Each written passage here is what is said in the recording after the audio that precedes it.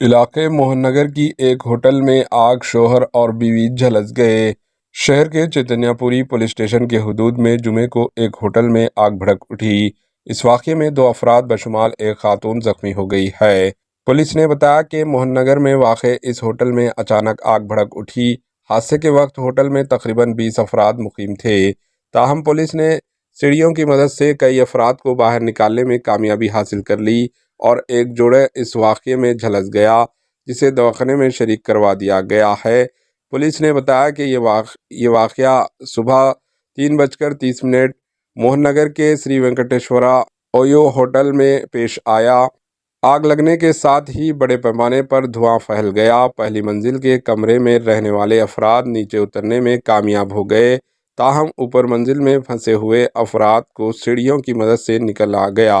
Bureau report, AHN news.